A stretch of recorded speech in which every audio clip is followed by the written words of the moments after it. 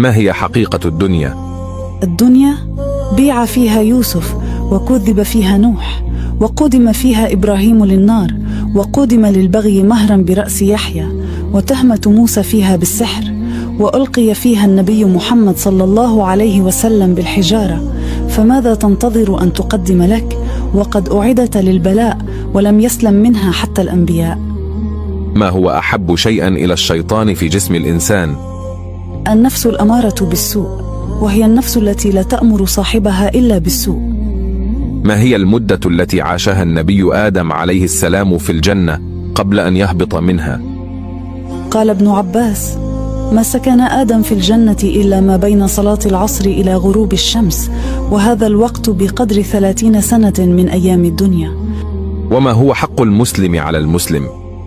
قال رسول الله صلى الله عليه وسلم: حق المسلم على المسلم 6: إذا لقيته فسلم عليه، وإذا دعاك فأجبه، وإذا استنصحك فانصحه.